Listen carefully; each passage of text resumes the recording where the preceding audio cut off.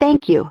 Your passcode is confirmed. When you hear the tone, you will be the 5th person to join the meeting. Good afternoon, everyone. I'd like to welcome you to the December Lake States Fire Science Consortium webinar. I'm Jack McGowan-Stinsky, and I serve as the Program Manager for the Consortium. I'll be moderating the webinar this afternoon. For those who may be joining us for the first time, let me give you a little background. We are funded by the Joint Fire Science Program and are one of 15 regional consortia, or fire science exchanges, across the country. Our mission is to accelerate the awareness, understanding, adoption, and sharing of wildland fire science information by federal, tribal, state, local, and private stakeholders across the Lake States and the adjacent Canadian provinces of Ontario and Manitoba. We strive to be inclusive and neutral science partners working to foster collaboration among researchers and practitioners and organizations and individuals, and by developing innovative approaches to science delivery while facilitating dialogue about new science findings and emerging needs. Before I get started, let's take a few seconds and look at our webinar interface using Adobe Connect. If you would like to ask a question or interact with the other attendees, please use the chat box located in the lower right-hand portion of your screen. Make sure that once you type in your question, you also click the send button.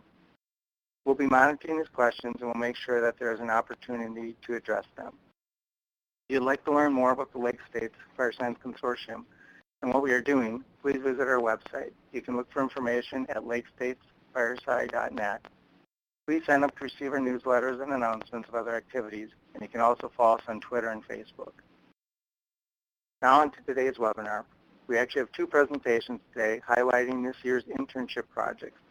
There'll be time for questions at the end of each presentation. I'm going to let the presenters introduce themselves and their individual projects. With that, Brian, go ahead. Hello, thank you. This is Brian Sturtevant. Can you hear me okay?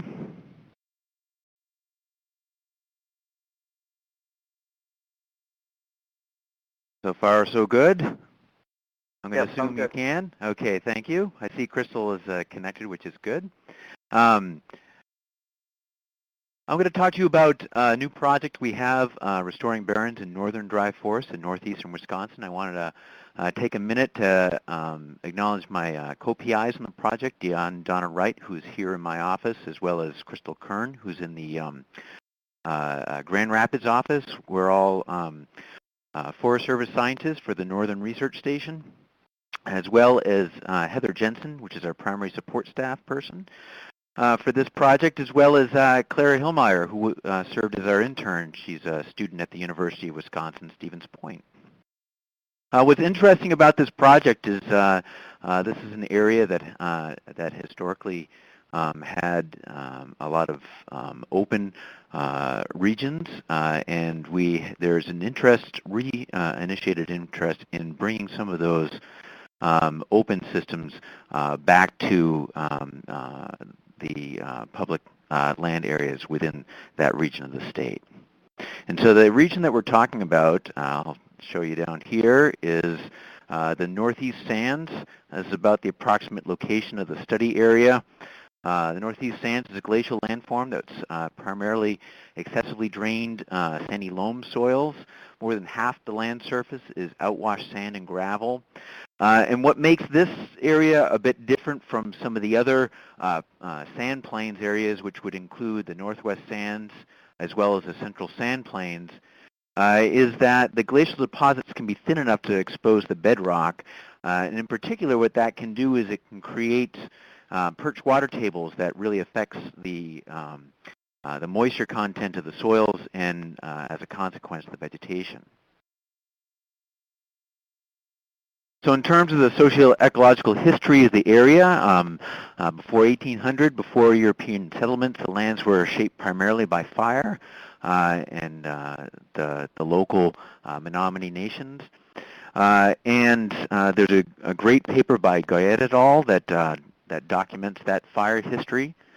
And about the 1890s was the Big Pine era, where the target was those large white and red pines that they came in and selectively logged out. And then in the period between 1900 and 1930, They logged much of the remaining hardwood and pulpwood species, and then parceled the land out to immigrant families. And of course, not too long after that, there was the Great Depression and the drought that accompanied those. And in 1932, the Nicolet National Forest was established. A lot of the lands that it was established on were lands that nobody else wanted, cut-over lands that had not been well regenerated. In 1933, the Civilian Conservation Corps was established. It planted an estimated 3,200 acres in this particular area, including plantings within historically open areas. This would be this photo here shows what that planting looks like on what was presumably an established barren. And so between the 1930s and the present, we had a lot of reforestation and consequent fire suppression by land management agencies. And so here we are in 2014, and this is much of what that land area now looks like down to the at the lower right. That land area is much more densely stocked than at any time during the past 160 years. So there's an interest in restoring some of those open fire-prone ecosystems. In particular, this is an area of the Chequamegon-Nicolet National Forest where there are a lot of private inholdings. And so you have some densely stocked jack pine stands in particular in close proximity where the people are. We know that people bring ignitions into that land area, and so there's high consequences in terms of wildfire risk. And so the forest is looking at the open pine barrens and savanna systems as an alternative. It's a system that was historically widespread across the region and is now essentially critically endangered across this area. There's not many of them left. And it takes active management to implement those. And it can represent a nice trade-off between biodiversity and wildfire risk because presumably fire protection in an open setting will be quite a bit easier than it would be within a closed canopy jack pine system. And so that sets the context. This is the area of interest is what they call the Lakewood Southeast. It's about 37,000 acres of the Chequamegon-Nicolet National Forest. The composition is about 74% uplands, about 26% lowlands. The uplands are dominated by fire-prone ecosystems and dry forest communities. So they're talking about over 10,000 acres of timber harvests, about 2,700 acres of underburns, about 1,600 acres of biomass removal. So in total, we're looking at several thousand acres of northern dry forest restoration, about 1,000 acres of pine barren and savanna restoration in the vicinity of the Airport Road and Twin Pine Road areas. So this creates a really nice opportunity for research where we have a lot of restoration activities, but the forest did not have the resources to provide a detailed monitoring of how effective those restoration treatments are. And so that's where they had approached the Northern Research Station to see if there might be some research interests or interest in collaboration. So that's what we've done. And the timeline for the project activities, what we've set up is a pre-treatment field data to get the baseline information necessary to look at pre and post restoration treatments to look at their effectiveness. By fall of as of this fall, the silvicultural prescriptions were completed. And 2015, we'll have one more summer season of pre-treatment field data collection. By the spring of 2016, that'll be the deadline for the contract for the timber marking that will occur. Sales will be advertised and treatments will begin in 2016 and there on out. And then following those treatments, we'll follow up with post-treatment field data collections. Just to give you an idea of what those look like, this would be on the left-hand side the existing condition, and this would actually be about as open as those forests get. This would be more of a woodland setting. It can be the target for some, but in this case, they're looking to treat that with what they call a special cut, which would be the removal of about 75% of the trees, followed by a prescribed fire, to end up with the desired future condition, which is on the right-hand side, which would be a sparsely stocked pine savanna. And so we took advantage of this internship program for a number of reasons. For one, here's an opportunity that's placed in our lap, but we didn't have a lot of resources to invest in that. And so the intern was a way to jumpstart that. And in this case, we were able to acquire 2 interns. The first was from the Lake States Fire Science Consortium. And the second was, and that would be, let me see if I've got it here. Hang on. Let's see. This would be Claire. That's on the right-hand side. She's from the University of Wisconsin-Stevens Point, and we also had Shauna, who joined us from an internship through the Wisconsin Tribal Association. And so we coupled that with some of our staff here at the Northern Research Station. This is Sue Leach pictured here. We had a rotating staff that was able to keep a 3-person team for pretreatment data collection. The goal for the student was to provide that student with exposure to fire science, management, and forest restoration. And the approach was to serve as a part of a field team collecting that pretreatment data. So in terms of the study design, what you're looking at, and I think actually if you look at the lower part of the screen here, you'll see how these different systems are defined. And so what you're really looking at is a target basal area that defines those different systems, where you have closed canopy forests along the bottom, and anything from a gradient from those forests into woodland with about 41 to 60 basal area, and then even fewer trees in the savanna system, and either one or none for a barren ecosystem. And so that's kind of the gradient of potential targets that they're hoping for.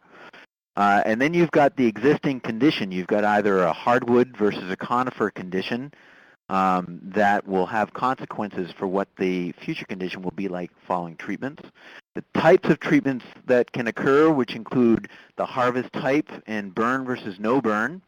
And then finally that existing basal area versus the desired basal area. And here's what the distribution of sampling points looks like stratified across the different treatments.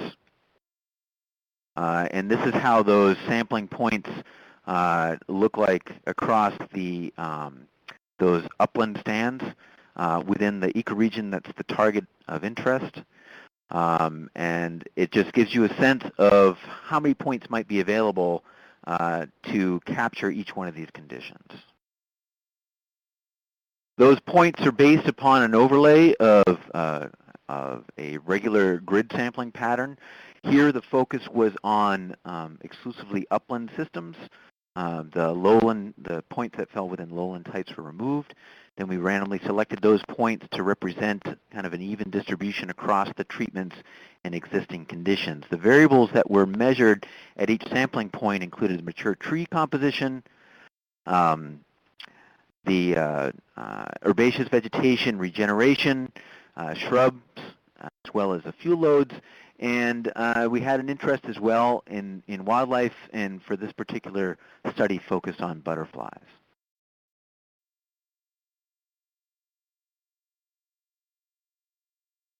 So here's the sampling. Actually, if you go back, we selected 105 sample points, and 45 of those points were completed in 2014.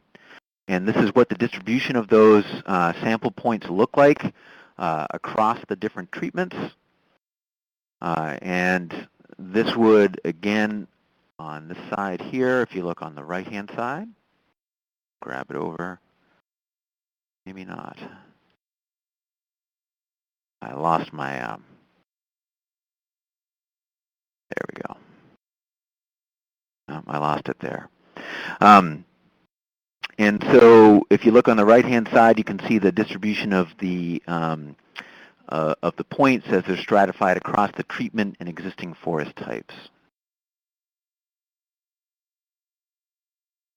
Methodology that we followed is based on the National Fire Monitoring Protocol, also known as FireMon. And this is just a slide that shows our interns in action. Claire at the top, Sean at the bottom.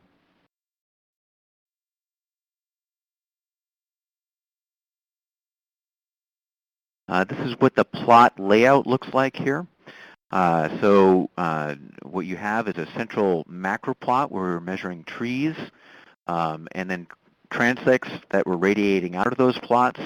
So you had a subplot where we measured small trees at the center. We used transect belts along those transects to quantify the very small trees, those that are below breast height, as well as tall shrubs and other vascular plants. And then to capture more of the understory composition, we use a series of quadrats to measure vascular plants and ground cover. And then finally, along those transects, we also measure fuel loads in terms of fine weedy debris and coarse weedy debris, duff and litter. Those are the things that would inform fire spread models that we could look at consequent fire risk. And then finally, within the larger point location, which would be a 25-meter radius, we applied butterfly surveys using a consistent time approach to quantify species composition and density.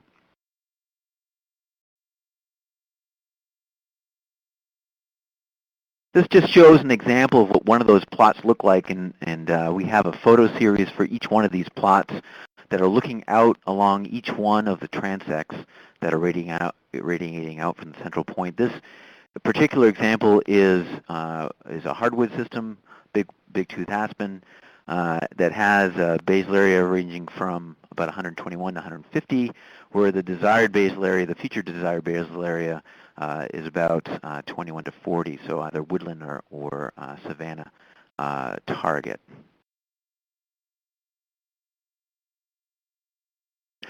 And we really don't have a lot of data to share. I just wanted to show an example. This is what some of the fuel looks like. And so in terms of tons per acre of fuel, we've characterized it across the different treatment types. Again, we've only sampled just under half of the plot so far, so this is just preliminary, but it gives you a sense of what the range of variability is across these sites. It does give some kind of indication that you've got some variability with respect to the different treatments, but I hesitate to attribute that to the treatment effects. Again, this is pre-treatment and just happens to be where those treatments are located. And I think this just more reflects the variability of fuels that are out there. And once we finish the pre-treatment data, I think we're going to see more variability across the other fueled treatment types.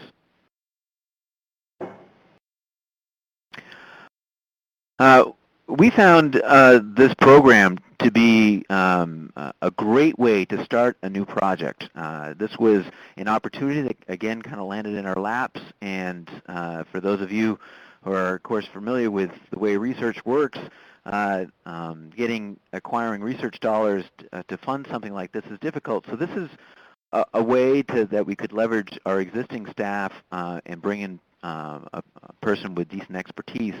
And in this case, Claire fit the bill very well. She was a great team member. She had good data collection skills, and she was excellent in terms of plant ID that we took great advantage of, and very adaptable to the methods. And again, this is the first year for this study, and we're all kind of getting our feet wet, and this was a good way to do that. In terms of the benefits, these are some points that Claire summarized herself. In terms of the field experience, these reinforce the skills that she learned at the university. That includes the equipment that we use, including GPS, hypsometers, clinometers, how to install plots, how to collect fuel information. It also enhanced her plant ID skills. That included how to crosswalk those with the USDA plant codes and how to prepare samples for a professional botanist.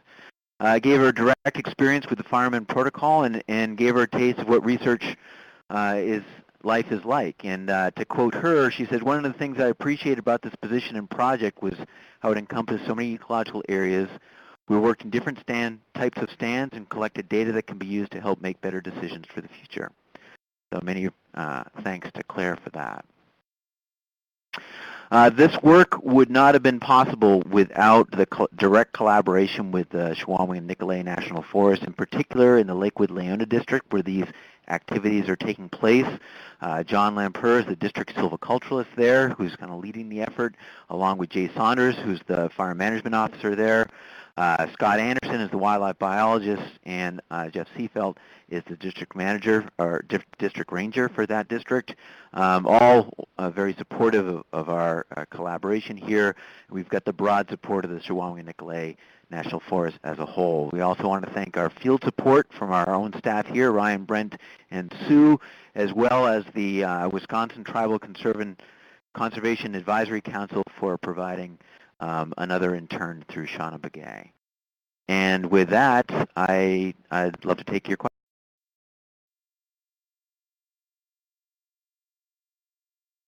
So Brian, we do have one question. Other folks look like they're typing. Sure. So I see that there is a question regarding the after the tree harvest, will there be follow-up burns or other treatments? So what I'm going to do is I'm going to take you back to, because I went over that pretty quickly. And what you can see, if you look here, it'd just be as good as any, as the types of treatments that we have on the right-hand side. And what you'll see is that you've got different kinds of harvesting treatments, and those are divided into prescribed burn as a follow-up versus no burn as a follow-up. So we've got those two contrasting treatments. And the next question here is, were the plots permanently referenced with monuments, tags, rebar? They were permanently referenced, and so we've got the rebar in the center so that we can relocate the plot. In terms of, I'd have to ask maybe Heather whether or not it has the, whether or not they're marked at each of the endpoints. I know they are with plastic tubing to begin with, but that's not going to survive the fire. And so I think the intent in this first round was to go and establish the plots, and we will likely in the next season put in some permanent markers with metal that can survive the treatments that are about to take place. It's a good question. What are Claire's plans for the future? You know, right now she's back in school. I believe she was a junior at the time that she worked for us, and I know that she has interest in joining us again. So we'd love to have her back. You know, like I said, she was a great match for the project, so we were lucky to have her.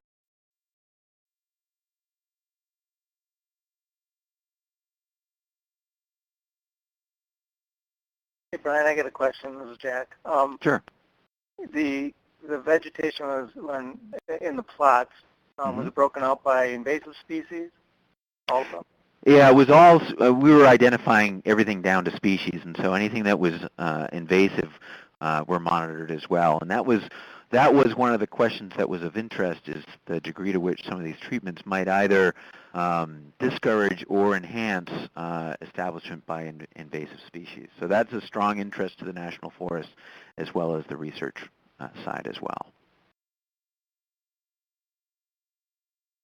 All right, good. Everybody online, if you have additional questions, please get them in the chat box. We'll have an opportunity again to look at these at the end of John's presentation. So if there's any follow-up questions for Brian will still be online then. But at this point, and I see we're trying to get to the next slide. So John, there we are. I believe you should have your slide up and you're set to go. All right, thank you. I'm John Steigerwaldt. I'm a graduate student at the University of Wisconsin-Stevens Point. I'm joined here today. Sitting next to me is Ron Masters, the Associate Professor of Wildland and Fire Sciences. Today we're going to talk to you about the onset of spring dip in red and jack pine and how it can be predicted. This is part of a larger project that was in collaboration with Wisconsin DNR and the U.S. Forest Service Rocky Mountain Experimental Station. Let's go ahead and get right into it, I guess, and figure out.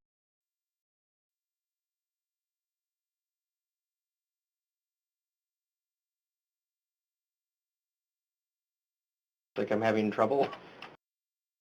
Might just have to scroll through them now to figure it out.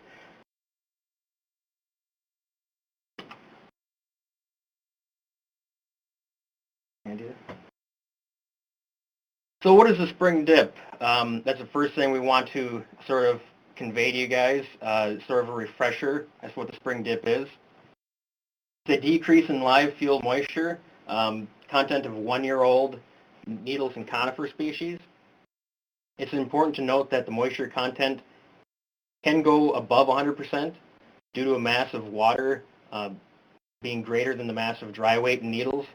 And moisture content of up to 300% can occur, especially in new growth. And I would just like to point that Matt Jolly has a lot of great webinar presentations on the Wildfire Consortium website that do cover this topic, but I'm just going to do this as sort of a quick refresher for those who may not know. The spring dip, I can throw up the draw tool here.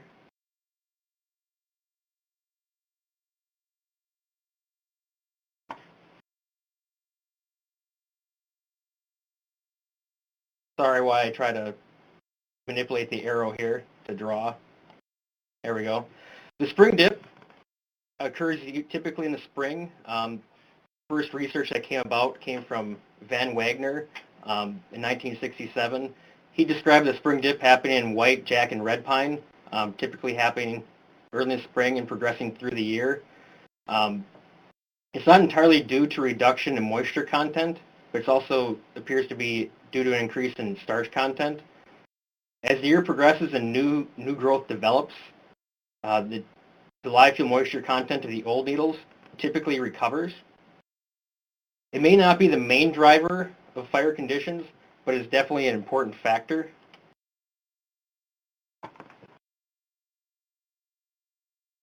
So why is it important? Well, the spring dip is of great importance to the Lake States region because it helps to define our fire season. As live fuel moisture decreases, the radiant intensity of burning trees also increases. And the longer the dip length during the fire season, sort of the longer fire season that we can expect. Van Wagner also described as foliar moisture content dipped,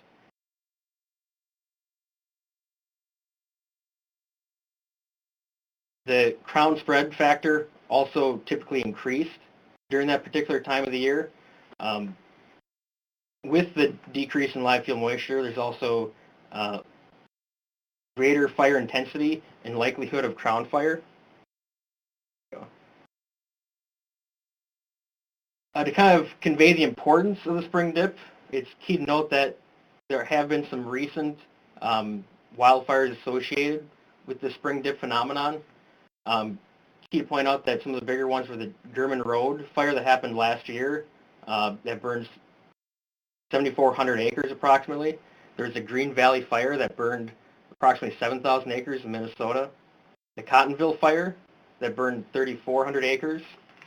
And probably most famously, the Mac Lake fire that burned 24,000 acres in Michigan and led to a few fatalities. But what we're trying to show here is that with these fires, it's key to note the time that these fires took place. If you want to look at these dates, May 14th, May 21st, May 5th, and again on May 5th, it becomes an important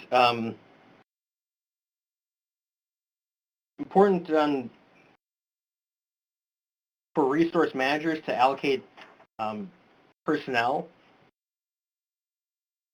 during these months. Well, let's go ahead and continue with this slide. Kind of get the point across a little bit better. When describing the spring dip, Van Wagner stated that for practical purposes, it is therefore assumed that the date is fairly constant from year to year and not much affected by annual trends in soil or air temperature. But when we look at the particular years, 2012, we see that this date was actually initiated on March 28th. For 2013, is initiated on April 24th, and in 2014 it was initiated on April 8th for jack pine. The end date, we also have some variation when we have an end date of the spring dip, when we come out of that higher intensity fire season. We see May 21st for 2012, June 26th for 2013, and the 19th of June for 2014. You also see a range of duration from year to year. Even in the past 3 years, we see that we can have a difference of up to a little over 2 weeks in the duration of the spring dip. We can have a difference of up to almost a month in the start date and over a month in the end date in just the past 3 years. This trend is even greater when we look at sort of start date and the end date for red pine during the spring dip period. And also notice that there's also greater duration during each period, and also a difference in the duration of the spring dip. So it becomes an important question for resource managers trying to figure out when to allocate resources as far as when they should be conducting this, because there is some variation from year to year. If we look at sort of on a spatial scale, these are from 2 different sampling sites, one in Wisconsin, one in Michigan.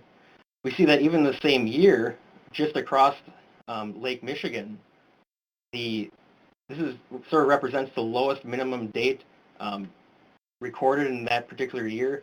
That lowest minimum date can vary by a week in 2011 and over 2 weeks in 2012. So it becomes, again, a greater issue of trying to figure out when this dip happens across the spatial scale, not just from year to year. So our objectives that we outlined for our study were to identify predictors for the onset of spring dip phenomenon, and then develop a method for fire managers to know when to allocate wildland fire resources and when to exercise caution while conducting prescribed burning. And that gets us into our methods. For this, thanks to the work done by John Hintz, we already had a study site selected that had samples taken going back a few years. It was located in central Wisconsin, just south of Wisconsin Rapids. And it's also near the Rome-Ross weather station, which will help us out later in our study. At the sampling site, we gathered old and new jack pine and red pine needles. We typically gather these samples at noon. We tried to gather them every 2 to 3 days during the peak of the initiation period through the majority of the spring dip. And from the samples we gathered, we calculated individual and bulk samples of live field moisture. Before we go on to the next slide, I'd just like to point out this is one sample we did gather. This is a jack pine needle. Typically they do have 2 needles per fascicle, but this one was interesting and ended up having 3. Happens sometimes. From there, we researched what weather variables that the literature suggested might have an effect on the spring dip, and we try to relate that to the field moistures that we gathered. Here we looked at daily temperature of both air and soil, solar radiation, day length, soil moisture, daily precipitation, and also cumulative precipitation. To do this, we had to use 2 weather stations and sort of in tandem. The reason for this is that the Rome weather station, it only had soil probes going back with 1 year's worth of data, so only data for 2014. So to sort of predict what the soil temperatures and soil moistures were going back further, we used the Schmeeckley weather station in Stevens Point to help us sort of predict what those were. The first step in that process was we first plotted out the weather data for 2014 just to draw some sort of comparison, see if they were at least somewhat similar between these 2 weather stations. First thing we plotted out was air temperature at approximately 6 meters, and we looked at primarily during the spring dip period and saw that there was a high correlation between the 2 sites. So it led us to believe that we could possibly use one to explain the other. From there, we looked at soil temperatures using soil probes at both the Rome and the Stevens Point station at a 16-inch depth to see if we could, again, see if they were somewhat similar. During the spring dip period, we noticed that they were actually quite similar between the two sites. They did diverge after that point, and they were somewhat divergent before then, but we at least knew that during the spring dip period they were somewhat similar. That trend was carried again at the 2-inch depth. We saw that they were quite similar between the two stations. A little bit more variable because of the depth. It wasn't more as consistent, the temperature, but we noticed that we could possibly use it to explain the other. From there, we developed a soil temperature regression for both a 2-inch depth and a 16-inch depth during the spring dip period. Doing this, we were somewhat surprised at the R-square that we actually were able to get from plotting these during both the spring dip periods. For the 2-inch depth, we did come up with an R-square of 0.95, and for the 16-inch depth, it was actually a little bit better, which isn't as surprising given the consistency of temperature at that depth, but an R-square of 0.98. So using that information, we were able to plot out the weather data going back 3 years and put that against foliar moisture contents that we gathered at the Rome sampling site. We also combined that with weather data that was gathered at the Rome sampling site to help us explain the spring dip phenomenon. From there, we wanted to observe trends and patterns in the data and see if we could, especially during the initiation period. And then we wanted to apply descriptive statistics to help explain what was happening during that period. So let's go into the results of sort of what we found. We noticed that for 2014, when looking at soil temperature, we have somewhat of an increase in soil temperature right at the same period in time that we actually saw a decrease in the foliar moisture content. One thing we did notice in this trend is that as the temperature was increasing in the soil, it suddenly started to drop off as air temperature decreased. And that coincides with at least a plateauing effect in the jack pine live field moisture content.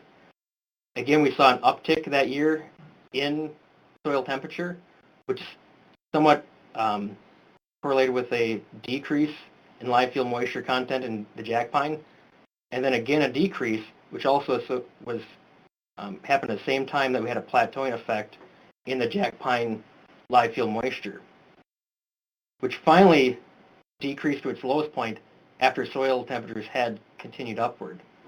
So we at least saw some sort of a trend for 2014.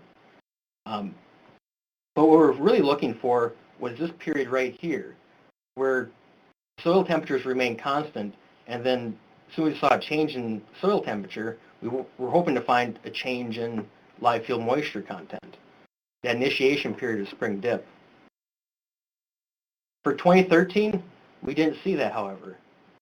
We saw that initiation period of spring dip happened well before there was an uptick in the soil temperature. That same trend was also seen in 2012, where the foliar moisture content was decreasing well before soil temperatures started to increase. So from there, we thought, okay, there might be something else going on here. So we decided to look at other weather factors. One factor we looked at was solar radiation. This is the maximum solar radiation plotted each day for the spring dip period in 2014. And one trend we started to notice was that as solar radiation started to reach 800 watts per meter squared, we saw the downturn in the live field moisture content. We saw that same trend in 2013 and in 2012. However, when we plotted this out, we thought there was just too much noise in what we plotted out. But the daily variation in solar radiation was just hard to really get a grasp on what was going on. So we decided to do a running 5-day mean of the maximum solar radiation to help get rid of some of that noise, some of that background noise that was happening. And then we started to see other trends sort of develop. But again, as that solar radiation started to reach 800 watts per meter squared, we saw sort of a decrease in live field moisture. Again, for 2014, as solar radiation dropped off, we started to see a plateauing effect. But then again, as solar radiation started to recover, we saw a decrease. Again, as solar radiation decreased, we saw a plateau in live field moisture, followed by an increase in solar radiation, and finally the initiation of a spring dip towards its lowest point of the year. So we started to think maybe solar radiation was helping the initiation of the spring dip. We then looked at 2013 and noticed a trend. We saw it reach 800 watts per meter squared early on in the year, but then we saw a drastic decrease in solar radiation for a long period of time.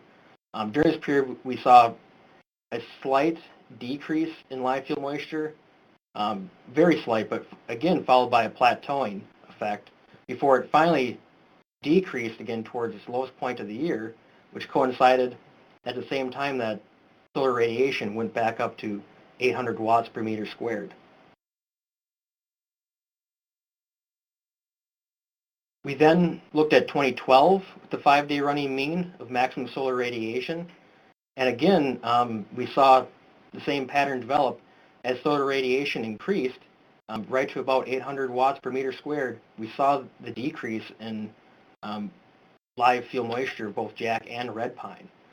But we didn't feel that this completely explained what was going on, but we felt we were on the right track.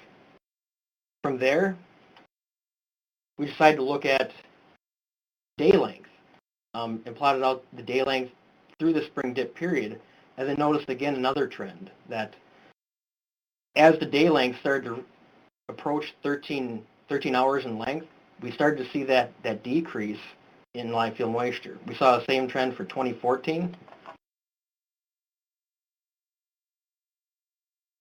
As we did in 2013, which happened a little bit later as day length got to about 14 hours.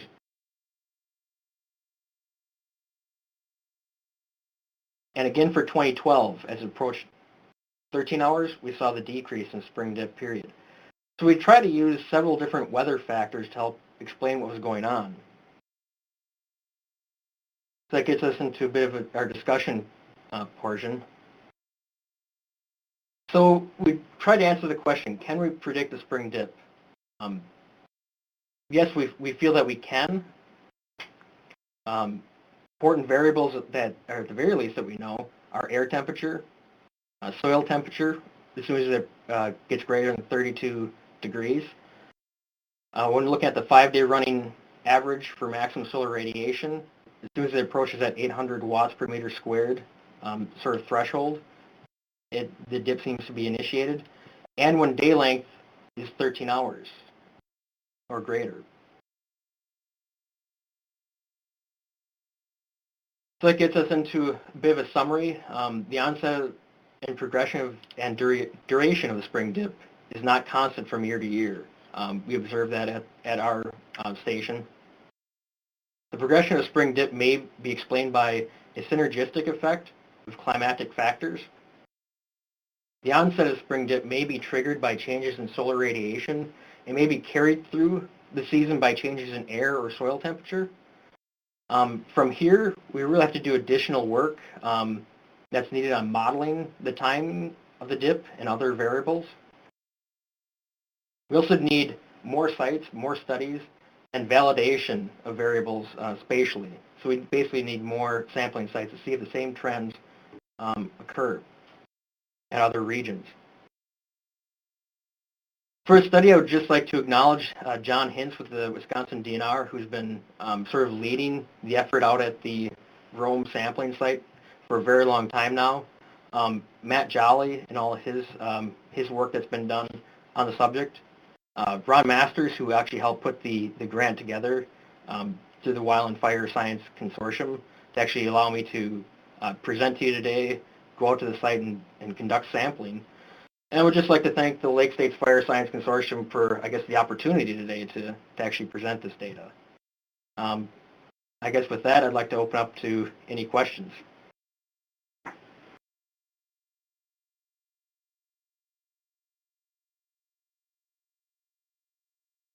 Looks like we have a couple people typing, John, so can you read the questions, John? At what temperature, for what length of time were needles dried? That would be a better question for John Hintz, who I guess set up the ovens. But I do know that we did dry it for a 24-hour period. I believe, want to say, I don't want to tell you the wrong information. Ron, would you have any recommendations for somebody drying live fuel moisture? Ron Masters is in the room right now. He has a little bit more experience on the topic than I do. I believe it's 70 degrees C. Okay, 70 degrees C, that's actually what I was thinking too. I thought it might be 72.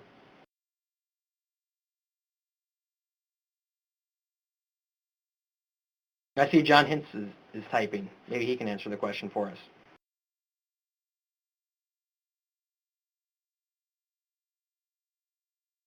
Looks like John Hintz says it was 80 degrees overnight, a minimum of 12 hours. For Jack, how many sites were sampled across the state? It was just the one sampling site, which included a separate site for jack pine and a separate site for red pine. They're separated by probably a quarter of a mile, not a very large a distance. This study.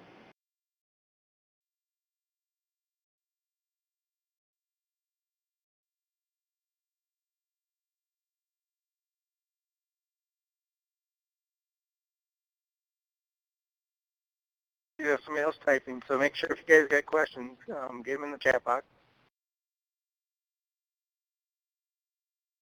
We'll give just a few minutes, John. Oh, that's fine. I've got all day.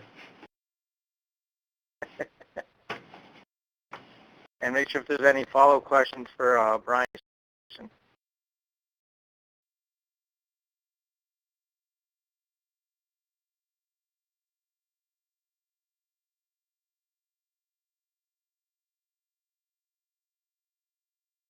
John, can you read that question? Charles just typed in. There we go. Any thoughts about how the internship has helped increase collaboration between managers and researchers? I guess for me, I didn't even know that John Hintz was conducting the study. It helped to open my eyes to, I guess, managers who are getting involved in the research realm. And maybe for the managers, it's helped out having the university behind it, because we can take time and look at other variables that the managers may not be aware of or have sort of time allocated to time dedicated to looking at those particular things. I think it's a very good effort on both individuals' part. I would actually like to see it continue on in the future.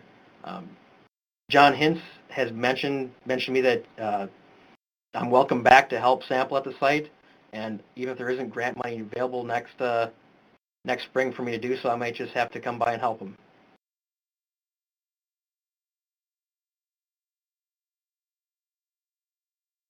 All right, looks like we have Brian and Charles. Brian's typing in. There we go. Brian says, it seems to me that the day length is simply a correlated factor, but not responsible for the spring dip phenomenon. Weather variables seem much more related to the phenomenon for a particular year. Any thoughts there? I can agree to that point. I'll try to go up to that slide. In particular, when looking at the spring dip, we say it kind of happens within the, try to bring my drawing tool back up here if I can figure that out. There it is. Maybe not.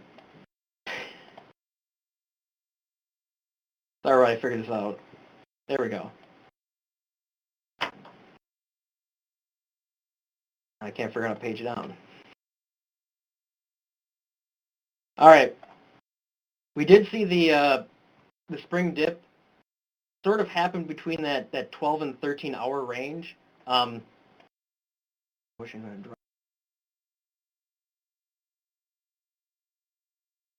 Again, it keeps.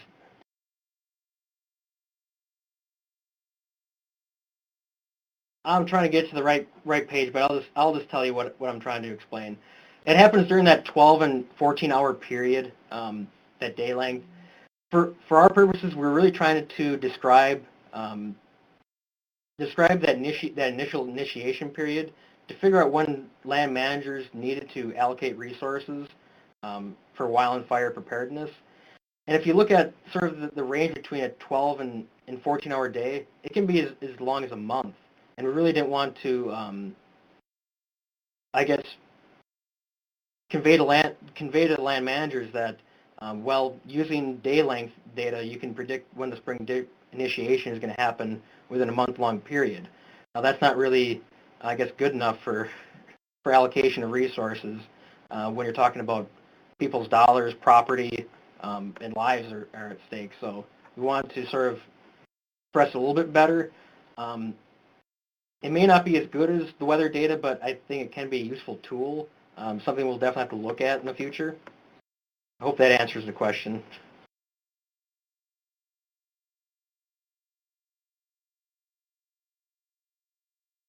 John asks, is there some kind of physiological thing going on, like resin production, that may help explain this?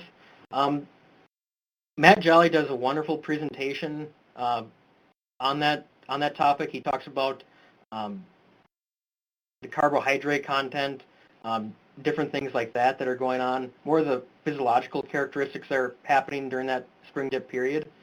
For that question, I'd really, I guess, advise you to watch his webinar. It's very good. And that webinar, like the other ones, are archived. I see Jack is, William had a question about that. William, yeah. You also said that generally, go ahead. Oh, no. I was just going to point out, yes, William and others, all these webinars are recorded and archived, and they're all on the website, including Matt Jolly's presentation, which was this past spring, that was talking about the spring dip phenomenon.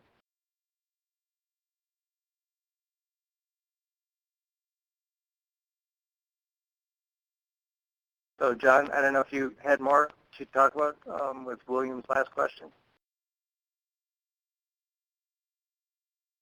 Generally, phenological events are more influenced by day length later in the spring, early summer.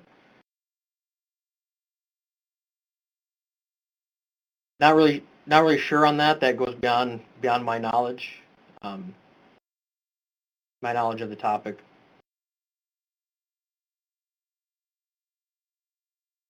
All right. We do have somebody else typing. I'm going to go ahead and get us to the last slide, and we'll see if there's any additional questions here. So as we are wrapping up our webinar here, we're waiting to see. Okay. William Patterson asked, they are relative to temperature, heat, and heat sums.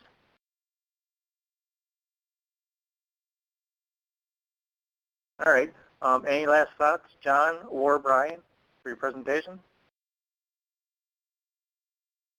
I guess I would just like to thank you once again for the opportunity to present the data and conduct field sampling. I'd like to second that, Brian Sturtevant, and the opportunity to present in front of this.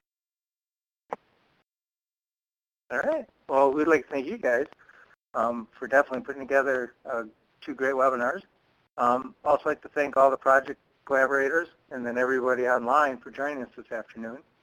So if you would like to review this webinar or share with someone that might be interested, I'll make sure I get a recording of this webinar. It'll be up on the Lake States Fire Science Consortium website, and it'll be up later today. And there's also other archived webinars if you want to take a look at them. Our next webinar is January 15th, 2015. That'll be at 2 p.m. Eastern, 1 p.m. Central. Lee Osterland, who's with the Michigan Department of Natural Resources, he'll be discussing the how-to of Phragmites in prescribed fire and evaluating the effectiveness, seasonality, and risk associated with burning Phragmites. So with that, I'd just like to again thank Brian and John and everybody online for participating today, and have a good rest of the day. I'll be closing out the webinar here now.